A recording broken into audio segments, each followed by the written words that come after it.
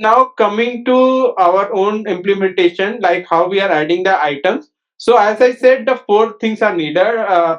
So suppose here we have to add this item A to this grid, which is spanning across three columns and start from the second one and end at the fourth one, fifth one.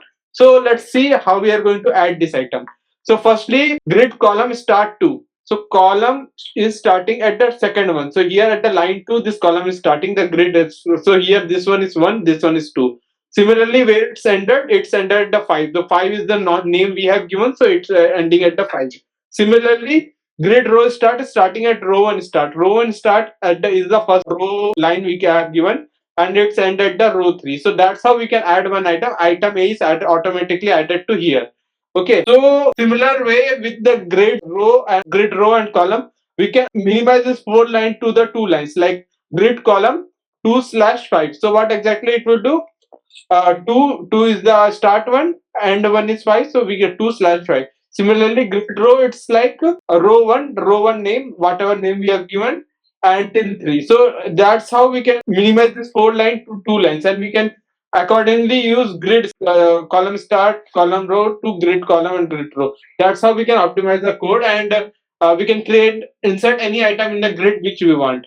Okay, now coming to the concept called grid area. Okay, grid area is basically an area referenced which you can either give it a name, or you can insert the item four property we have added. This four property can be in a single line using grid area. Okay, so the grid area either take four properties or the grid name. So we are going to see how we can insert item using grid area.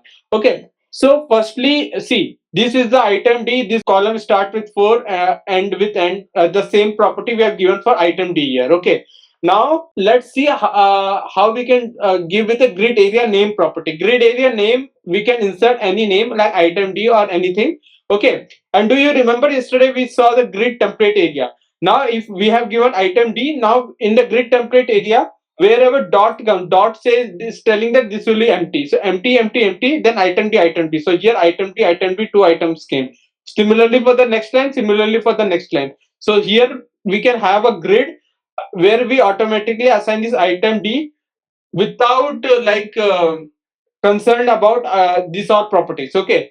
Or second way is that we can put grid area and we can mark start and end thing, everything like with the number or with the custom name we have given using this. So here we have seen name one. This we need grid template area anyhow to put it into our grid, and or we can have this four property with the grid area, and we can automatically place item D here. So here we have seen grid area and grid row and column, how we can place anything inside grid, any item in a grid.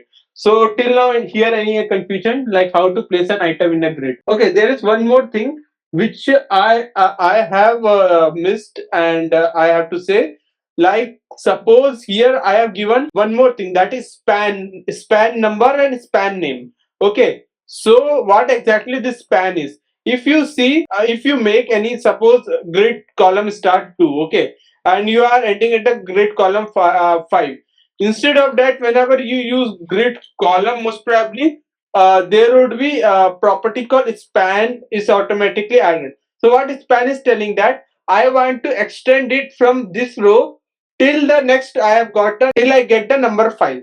Okay, it's similarly okay, I have missed here. So span is like for spanning the thing. This is for multiple lines. It is expanding across the boundaries, whatever was given. So suppose here I have used here. Okay, span I will continue later on. I have missed that adding here. Most probably span will be added here, and span basically span you across the boundary. So here if you see, here grid cell automatically assigned to only one item. So here one item can only take one grid cell. To span it across the multiple line, here multiple column and multiple row, we need a span here. So most probably span will be a span and span -1. This will be added. Okay, which I have missed it.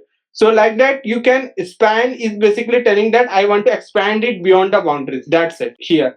What if I put instead of span -1 or the last column, if I put total 1 2 3 4 5 6 7, if I put here 7, what exactly will happen? Can anyone say? If I see total here, we have total 6 columns, okay, and I have put seventh one. So what exactly it will happen? Yeah, it will expand this item thing to one more level. It will automatically create one more column, and that would be implicit column, which we have seen yesterday. By default, its area would be 0. Okay, so we can't see much change. But if we put some implicit that auto column thing, and we put some area like I want 60 pixel or something, so that if when we create this particular seventh column, it will automatically take some area and it will cover total 3. So grid will automatically create one column if we put more than expected one. So if we total number of column is 6, if I say create 7, then automatically create one column and it will put this item D inside that. So let for the time being, let put at 6 and we continue. In the grid area, we have like six like that cover six columns, right? So if we use less than six, then in that specific like which column will be like removed in that? Removed, it will not. Okay. So if I put 5 here, okay. So what this line is telling, there is something called item D which I want to place in the grid. It's starting from the fourth one. Fourth one is 1, 2, 3, and 4. This one is the fourth one. Okay. Call 4 start is the fourth one. And I want to span it till fifth. Suppose 5 is there. Yeah. So this, instead of this 2 only here, this area would be okay. So instead of that, only this area would be taken.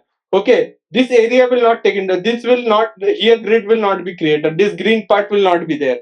This goes horizontally. Yeah, vertically. So instead of 5, if I put 6 again, I will get a grid which is green here. This part would automatically be created. Okay. If I put here span 1 to -1. Okay, so okay, 1 is the first line and -1 is the last line. Okay, instead of it, if I put 1, 2, 3, 4 also, it will remain the same. But if I put 5, automatically one row grid will create. Okay, similarly, that's how the entire cycle takes place in the grid.